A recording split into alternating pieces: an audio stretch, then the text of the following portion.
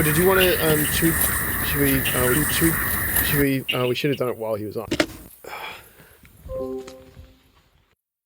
Hello and welcome to The Rest is Just Noise, a monthly podcast all about the science, beauty, and noise of our cities. I'm Andrew. I'm an acoustician and a soundscape researcher, joined by my co-hosts. I'm Francisco. I'm an architect and a soundscape researcher. I'm Tin. I'm an architect and an urban planner and a soundscape researcher.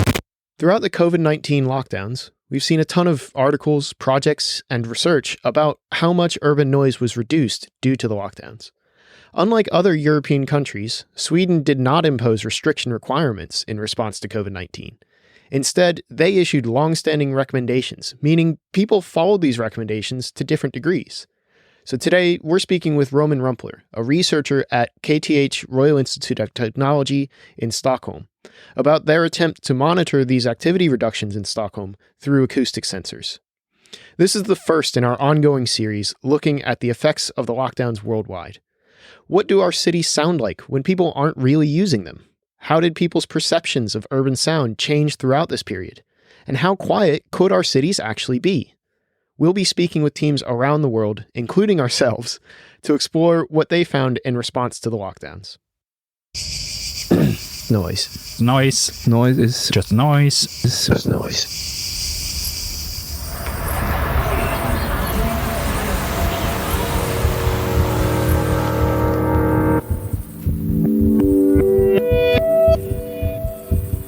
The rest is just noise.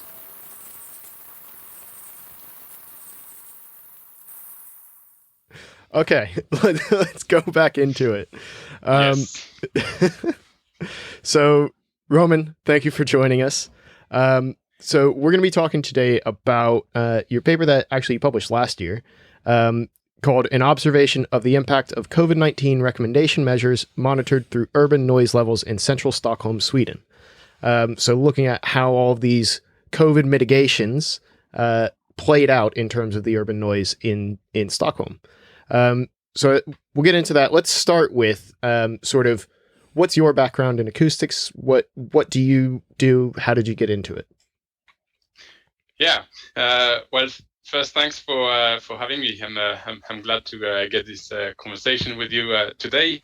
So my background in acoustics is actually almost an accident. I'm a mechanical engineer to start with, and then came the time. At the time, we were living in Paris, and then I was looking for a PhD, and we agreed with my wife that it would be a good idea to get out of Paris. So I was looking for PhDs, and there was an opening in Paris for a joint PhD with Sweden at the time, actually. So 2 years in Paris, 2 years in Sweden. And that was in the modeling of power elastic material, acoustic power elastic materials. And I thought that was interesting with my background in mechanical engineering. And actually it got me slightly into acoustics since the lab in Sweden, the lab I belong to today, MWL Lab for Sound and Vibration Research, was an acoustics lab. And that was 10 years back, and that got me into acoustics.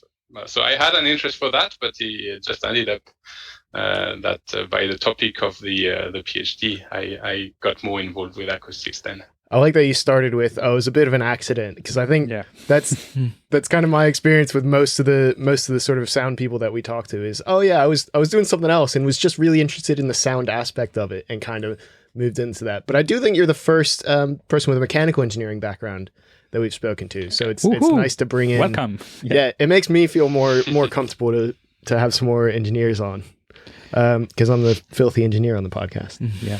All right, so let's dive into this particular bit of work, because I think this was sort of a really sort of common thing that a lot of us have been thinking about and looking at, and we got, there were some newspaper articles out there and lots of academic articles saying, we had this massive change in people's behaviors in cities. Let's see what that did to the sound in the cities, right? And so, but one of the problems with that like we experienced in our own research on this is it has to be kind of a like opportunistic thing, right? You have to have already had measurements before that.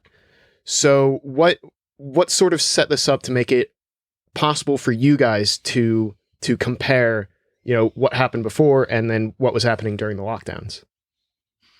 Yes, I think you're right there. It's an opportunistic thing that just happened. It's another accident, I would say, that it turned out that for a few years in Stockholm, we have had some projects connected to the city of Stockholm. There is currently in Stockholm, there is a ban for nighttime heavy traffic, like more than 3.5 ton trucks to travel the city from 10 to 6 in the morning. And the city of Stockholm is willing to open that segment for nighttime deliveries for obvious reasons when it comes to urban mobility and such questions. But of course, they don't want to do that in a very wild way. So we have been involved for a few years with the city of Stockholm to try to look at the conditions for opening nighttime deliveries in Stockholm. And that's in that context that we, in 2018, there was a fairly applied project there where we had to monitor some locations, delivery locations for a project. And one of those locations turned out to be the one that we focused on out of curiosity for the sake of the timing of the COVID-19 recommendations or restrictions, depending on how you put it. Yeah. So this is how it started. We started to measure in early 2019. So we had the data for the full year, and then it just came at some point that we thought, okay, we could use that to satisfy our curiosity. And that's how it started. So where was that set up? What were you originally trying to measure? What very, like, the specific point that you ended up focusing on? What was the sort of setting of it?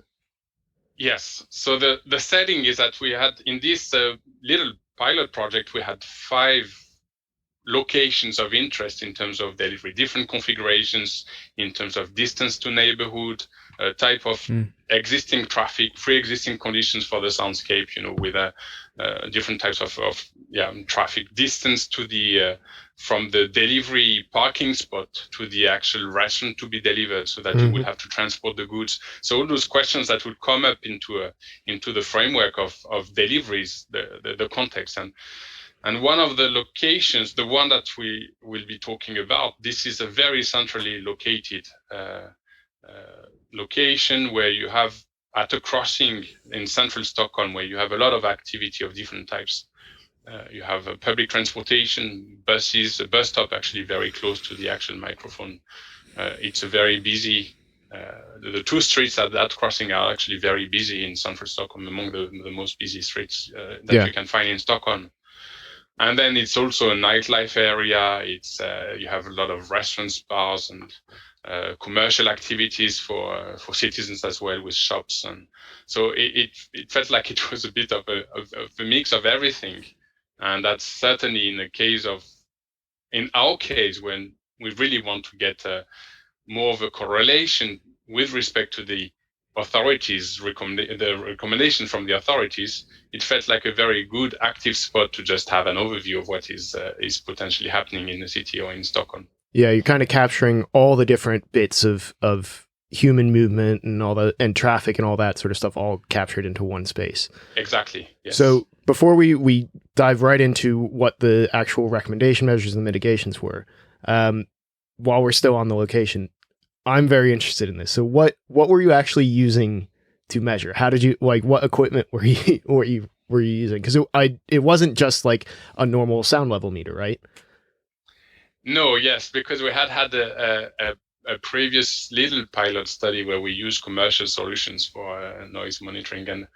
And what happened in this project, the start of that second little project was to actually establish in-house noise monitors, essentially a Raspberry Pi based monitors with a USB microphone with a sound card integrated there, so that we could just essentially the first part was just to validate those sound monitors against commercial solutions, and then we would have the flexibility of coding or retrieving the kind of indicators with a time frame that we wanted in-house, since we would have full access to the all these aspects. Were you doing that with? And we could even, if we get the authorization, we could even record That's what I was going to ask. Were you doing it with recordings or just doing the processing on the node and pulling that off? Yeah. That is a very good question. We had some recordings and we stopped that for obvious reasons, because then at some point you need to start to ask for authorization. So we had some definitely recordings, since the idea was also to get some maybe algorithms for automatic classification of noise events and things like this. That has been part of a side project. So we have stored some things, but we have stopped a little bit toward the end, because we were using that in the context of projects where we had not asked for specific authorization to do that. So then, now that we've gotten past sort of the particularly nerdy bits that I really enjoy, let's go into specifically what you were trying to investigate here in this paper, which was the effects of the recommendations in Sweden. So sort of as we all maybe kind of remember from the news at the time, Sweden was kind of called out as being different from most of the other European countries, because they weren't imposing these sort of strict requirement lockdowns. So what were they saying? What were the requirements or the recommendations? How was it different there? Yeah, this is an interesting bit, because I'm not myself Swedish, as you understand. I came here 10 years back, and I actually learned something from Sweden at that stage, because I was not aware of that there were some limitations for the legal instruments to be able to enforce lockdowns, for instance. And things like this. So I found myself actually at the time in March. I was coming back from Italy. I think we came back on the 10th of March from Italy, and then it was the very day, if I'm correct, it may be one day off there, but it was the very day that Italy went into lockdown. Yeah. And we came back here. We just self-imposed the quarantine before I would go back to work, because we're coming from Italy, where it was still a very high rate of contamination there. And then in Sweden, things started to change that very week we came back. But in a very different way, as you mentioned. We would follow this Swedish health authority that was making press conferences every day, and the way the connection to what was happening with the pandemic and the way to deal with this as a whole was issued in terms of recommendations, and that was new. There were a few restrictions. But no firm lockdown, and very gradual process, I would say. So I just witnessed that and started to follow a little bit these press conferences to understand how things were happening here myself. I actually hadn't realized that was down to sort of differences in what the government could legally impose to other countries. I hadn't realized that, at least the media that I was hearing was, they've chosen to take this sort of herd immunity approach. I hadn't realized it was sort of I think there was a similar situation in Japan, where they cannot actually legally restrict movement. So they kind of kindly ask people to comply, and So then that's sort of the next question. Did it feel like people were generally following the recommendations? Because we get into sort of what you think happened based on the noise levels, but like at the time, did it feel like that's what was happening? Yeah, well, at the very time, I had no clue. I didn't know, and actually the people I was working with. I mean, I have my colleague on the article, Siddharth. He's from India, and me coming from France. I think if you go for a recommendation like this, I think when the lockdown happened in France, the first thing they observed is that people rushed on the beach, for instance, and they started to have to do something about it. So that's my background. I saw that and I thought, well, how can this work? And is this really going to work? And that actually was the motivation behind, I think, this little publication. Was first personally interest in this. Does it work, a system where you're actually asking the population to follow recommendations for the most part? There were some restrictions, don't get me wrong. I mean, there are things they can impose. But that's what we found out. That's the point of the paper, looking at this specific spot. So the point was not to map the city and see the reduction of noise levels and all this. It was really to go about, can we see a direct correlation, direct impact from those announcements, those press conferences, and the implementation of those recommendations and measures in terms of activity. And we had that data that allowed to at least spot it at a very specific point in the city of Stockholm. So how were you able to see that? Like, did you see this sort of direct relationship between, they made a recommendation here, and then we like immediately saw a decrease in noise levels, or was there a lag, or was it kind of just like a gradual increasing decrease, if that makes sense, like a build up of decreases? Yeah, what we saw is that actually it was a very rapid compliance to these recommendations. So we traced back in time. I think we started to look into that in May. So we went back in time and had a look at those specific dates where there were some recommendations issued. The first one was on March 11. So that was probably the start of lockdowns in many other countries as well. Yeah, that was about the same time period for us in London. Yeah. Yeah, good. It starts to be a long time back now. Yeah. So I don't remember exactly what happened, but on this, the first one was to just forbid, and that was actually that was a restriction, not a recommendation in this case, because you can do that on public gatherings. So public gatherings of more than 500 people were banned from March 12 in the implementation and announced on March 11. And that was, if I remember well, that was a midweek day, more or less. And what we could see, we distinguish in the study the weekdays and the weekend days, because they are, in our mind, they're different patterns first, plus they are related to different types of activities as well. And what we observed is that the weekend, immediately following this first recommendation, you already could see a drastic drop in activity around that. Even just from saying groups of 500. Yeah, so that's kind of surprising to me. Yeah, it's very surprising. You do have big parties in Sweden then. How often are you having groups of 500 on a Thursday? Yeah, so that's the thing that we didn't get to any conclusive explanation for that. And of course, what could be is that I think it's the same week as the COVID-19 was declared a pandemic by the World Health Organization. So what we think could have happened there is that just people started to take it seriously in Sweden as well.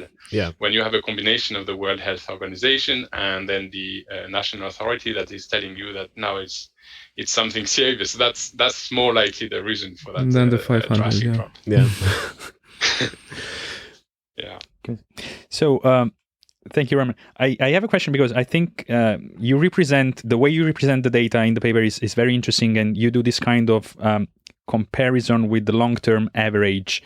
So there is one figure in particular where you have the timeline of all the weeks and then the average differences, and you do the difference like weekend and weekdays and things like that. And indeed, if you check the week of the 12th of March, you do see this kind of drastic decrease. So as you said, people immediately reacted and complied. But then at least for weekdays, it's kind of, so this kind of difference is going back to the baseline. So from what I read, it's like there is a trend that is relaxing. So it's kind of after the immediate shock, then basically levels tended to go back to the baseline. What do you think about that? Yes, that is exactly. Then we had to stop the study at the end of June because we thought we had enough of. We have the initial curiosity satisfied with the with start of compliance, but of course then you wonder in a recommendation-based system what is the length of compliance when you compare, for instance, to enforced restrictions, and it's exactly as you mentioned. When we look for a few weeks, it took 1 week transition for the remote work. Mostly that was maybe the biggest recommendation that slowed down the activity. People started to work remotely. So you had 1 week transition to get to that fairly stable load level. In this case was between 2 and 3 dBs in this area. Yeah. Stayed stable for maybe a month. And then it started gradually, very gradually, but very regularly to go up again. So this drop in levels. I think by the end of June, as you have there in the paper, it reaches a minus 0.5 dB to minus 1 dB. So it felt like, okay, this is going to return to normal in the summer. Because the restrictions were actually the same. They didn't change. So during this... Exactly. Okay, so they were still in place, their recommendations, restrictions, whatever. Yeah. Okay. From the start, this is actually the Swedish Health Authority has mentioned it from the start, that we are talking about recommendations that are maybe softer, but they will be long lasting, because we are entering a long period of changes in the society. So you can just expect the things that are being implemented to stay for a while. And this is so nothing had moved over the whole period. You have 1 or 2 weeks of different recommendations and restrictions, and then we stayed with them until the fall 2020 actually. So in the autumn we still had the same, and then they reinforced them at some point. Yeah. Do you still have that equipment set up? So has it still been going? You know, this paper, your data finishes in like end of June, and then was published in August. Have you still been going since then? Yes, there's actually there was a special issue in JASA about the COVID-19, and it was mostly data-based articles that they mentioned would be short articles, 4-6 pages, and then we thought, okay, this is perfect framework for a follow-up. So when we came, and it was again triggered by a curiosity, because we had seen that it was essentially coming back to normal, and then came the second wave in the fall, and it came later in Sweden than it came in the rest of Europe actually. So there were discussions about why is that, and then maybe Sweden felt a bit safe. Could it be something that we have spread more the virus among us, and there's some kind of a protection related to that one? There were some discussions going on. Then we had the curiosity again, and at some point when the second wave hit in Sweden, then it was a very big concern because it started very quickly, and we had actually kept the same restrictions and recommendations until then. And then in October there was another set, a reinforcement of those restrictions by adding to it. So nothing was released, it was just added a little bit, up to the point that the latest ones were that we were not recommended to spend time or to associate with people outside of our family circle. So it started to look like what the rest of Europe had been, but it's only a recommendation still. But have you been able to see those sorts of effects reflected in the noise levels as you've continued to monitor? Yes, and that was interesting with the follow-up. Yeah. What is not shown in this first publication we've been discussing there is that, generally speaking, all along the weekend levels had a bigger drop than the week levels. Yeah. And the week levels may be a bit more stable. That's to be discussed, but a bit more stable, and that's, we assume, mostly related to remote work. And just to iterate, what was the degree of that drop for the two? How much were you seeing for weekend and how much for weekday? Yeah, let's say the weekday drop before the summer holiday was about, let's say, minus 1 dB, and it was exceeding that for the weekends, minus 1.5, maybe reaching minus 2 dB sometimes for the weekends. But in September, we observed a crossover. Suddenly, the drop in the weekends became lower than the weekday drop. So it felt like the compliance to recommendations associated with the economic life, work life was still quite followed, but people were getting tired and maybe seeing less the threat maybe of the COVID pandemic in September, where the number of cases were low.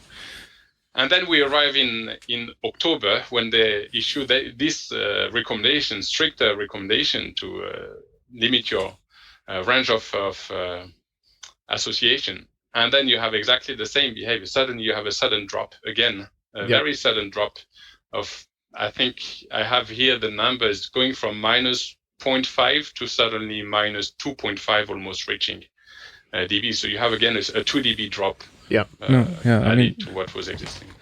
Surely the whole phenomenon is influenced by so many factors, right? Yes. But it's still such a fascinating thing that with such a simple indicator, such a simple index as dB, now there's so many people looking into how it's related with human behavior.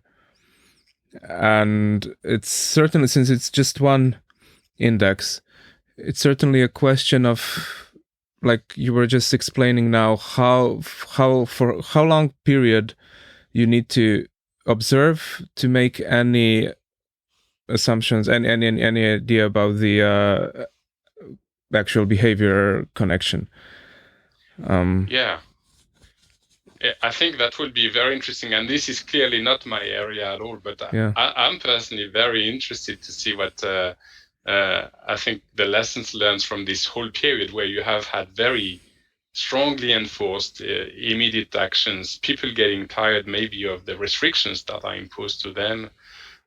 What is the long-lasting compliance when you have a recommendation based, and what do you do when people stop complying? Yeah. So and then I understood at that stage the strategy by the authorities here. I mean, everyone can be criticized on a lot of things that have happened, and the way to handle, for instance, the elderly has been a major point of discussion in Sweden. But this, that you still keep something, it's not too pressing, and you still keep something to increase the awareness that this is something serious now, as has been done in Sweden. I thought that it does. I was very surprised to see this works well. You can.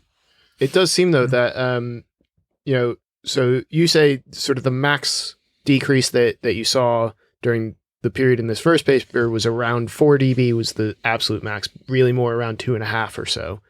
But that seems to be quite a bit less than other countries we've seen in other countries. Yeah. So less than we saw here in London. In I think Spain as well. Less than we've seen in Spain. Paris itself. Maybe New York as well, although I can't remember. So I wonder how much we could say, that it's very speculative, but how much we could say that that's reflective of the differing levels and actual change in behavior. That like, oh, maybe it is, there is twice as much activity happening still, even though it's been reduced, still twice as much happening in Stockholm than there was in London or Spain. Yes, I fully agree with that. I looked at the different, you in London, I think, so it's different places, Dublin as well, they've had, and comparing different types. So all the places where there has been a strict lockdown, and we find ourselves somewhere in between. And we are talking about the hotspot. So this is according to the other studies which have compared quiet places or more active places. When you have a very active places, that's where you should see the more dramatic drop. Yeah. And in that sense, 3 and 4 dB drop in a very, very busy or bustling part of the city is not very impressive. So I fully agree with you that this is only a partial picture of what is really happening. And actually, this is completely anecdotal, but for me as external, we could see very quickly that it has reduced the number of people in the streets and all this. There was no lockdown. We were free to go in the parks and all this. But we could clearly see that it was not followed in the same way by everyone. So as can be expected, you have recommendations. Some people are going to follow it and some are not going to follow it. And I think that's what would explain the fact that for a very busy part of the city, we are not reaching the drop that we would expect. Yeah, but still, it's about averaging and the time you use to average, and it's somewhat comparable to the way we measure the climate change. I mean, the temperature increase. Like we are talking about 1 or 2 Celsius globally over a long period of time. Yeah. Although the differences at single locations are much greater. Yeah. So that's something to take into account. That is certainly, that's one of the differences with your studies. You did have a much longer term view of it than a lot of the other studies have. Yeah, I have another question, if that's possible, because in this study you only presented one location, and you did mention that within the context of the project you had other locations. Did you look perhaps at what was happening at the other sites and where the difference is comparable, or because of the very different urban settings, did you observe anything different?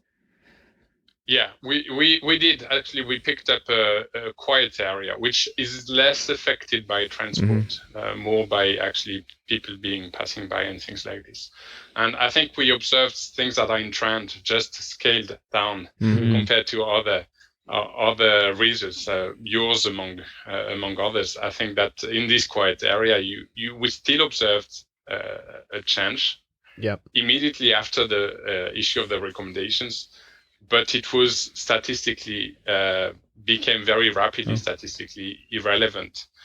So a very small reduction of noise levels and activities in these very quiet areas, and that goes along. I think we were talking about the scaling, and can we absolutely compare those 3 dBs. 4 dBs that I'm talking about with the ways others have processed the data. But that's the reason why, because also at the time we didn't have too much data to compare and relate to what had happened in other cities. So what we thought we would do, since we had this long-lasting data, we know very specifically in Sweden that you have 2 sacred holidays. There is Midsummer around the 21st of June. This is really a dead day in the city. You can really, you have the parks for yourselves. You can really walk the streets. It's a very quiet day where the Swedes go at the countryside. And then you have the Christmas period, which is also a very quiet period. So then we could make a relative assessment with respect to Stockholm alone, that actually the drop that we observed at the peak of the pandemic, or compliance to recommendations, that drop was greater. So a quieter city than you could have on those 2 quiet days of 2019, we could say. So this is at least a way to assess what was happening for Stockholm itself.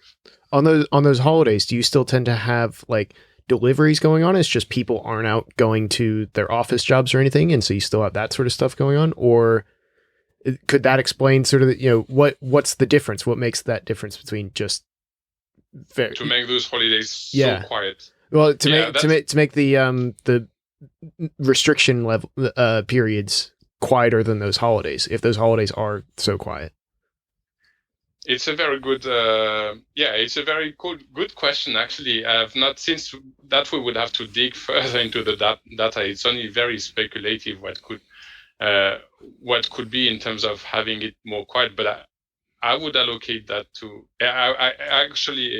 I don't think I can really answer the reason for this to be quieter than these quiet days, because you have a measure of transport still going on in the city. Was the city then completely depleted? It's very difficult for me to say on those specific days. As long as we get to I don't know. I don't know that we can know yet. Then we've done our job at least once. Yes. Yeah, trying to. Well, thanks very much. I think that all these impacts of these sorts of restrictions in cities and how they relate to the sound, and in this case particularly, I think it's really interesting because we've spent a lot of time on this podcast talking about how sound impacts people as receivers. This one really is sort of taking more the approach of like people are also generating all the sound. And let's look at it from that angle. I think that's fantastic. Hopefully, this will be sort of the first in a series of discussions that we have on this podcast about all these different papers and studies and reports that have come up about how these restrictions impacted our cities. So I want to thank you so much for coming on and talking with us about it. I'm very grateful for the discussion, and I'm definitely following. Yeah. I don't know, as we mentioned, I think before, we are waiting for a review paper to actually make a synthesis of what we have learned in all those acoustics evaluations under the pandemic times, to see what can we really get out of this with the different aspects of it. Yeah, someone's going to have a hell of a time putting all the different studies and papers together in a review. All the measurement strategies. Yeah. That's for sure. But yeah, so again, thank you so much, Roman. Thank you. Thank you. And all the best with the continuation with the future guest speakers that I would be looking forward to listening to. All right. Thanks very much. Thank Thanks. you. Thanks. Maybe if we want to find him somewhere online, we didn't mention. Right. Yes. Sorry. So we may need to cut this in. Yes. I forgot about that, which is bad. I always remember to do that. So if people would like to see more of your work, or would like to sort of follow you or anything like that, is there anywhere online, a website, Twitter, anything like that they should check out? I think it's the easiest would be to reach my maybe KTH. That's something I didn't mention. Maybe I work at KTH, Royal Institute of Technology in Stockholm, Sweden. So if you're looking for Roman Rumpler at KTH, then there's a publication list, and I think those 2 publications would be appearing there. And then of course just contacting me by email for any discussions. I'd be glad for that. Sure. As Thank you you. did yourselves. Yeah. Nice. All right. Thanks very much, Roman. Thanks so much. Thank you. Cut. Yeah, great. Just so I can check, actually, in a separate introduction, so what the rest is just noise. You can find episodes of The Rest is Just Noise on all of your usual podcast apps. And on our website at justnoisepod.com. We're also on Twitter as @justnoisepod. The Rest is Just Noise is supported by the UK Acoustics Network. Bless.